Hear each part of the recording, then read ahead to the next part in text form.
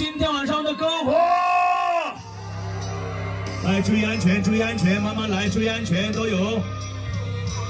燃烧吧，你们的生活从此燃起熊熊大火，事业红火，前程广，身体红火，永健康，日子越来越红火。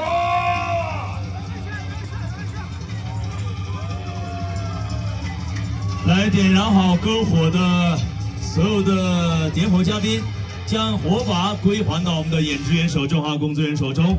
那么舞台上拍照的所有的朋友们，我现在请你们下到舞台下边。